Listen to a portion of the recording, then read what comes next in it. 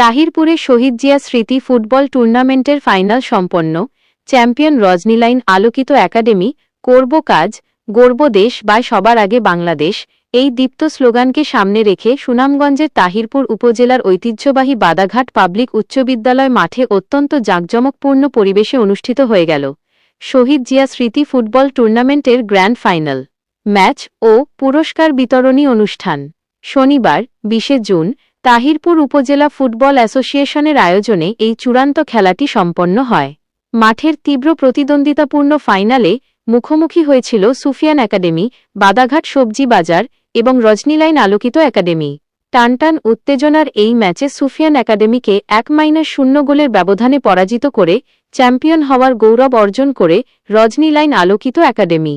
খেলা শেষে আয়োজিত সমাপনী অনুষ্ঠানে প্রধান অতিথি হিসেবে উপস্থিত থেকে বিজয়ীদের হাতে ট্রফি তুলে দেন সুনামগঞ্জ ১ আসনের সংসদ সদস্য এবং সুনামগঞ্জ জেলা বিএনপির আহ্বায়ক কমিটির সদস্য কামরুজ্জামান কামরুল।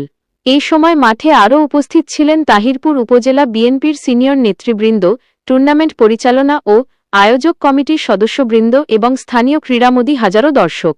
প্রধান অতিথি তাঁর বক্তব্যে যুবসমাজকে মাদকমুক্ত রাখতে এবং শারীরিক ও মানসিক গঠনে খেলাধুলার প্রয়োজনীয়তার ওপর বিশেষ গুরুত্ব আরোপ করেন।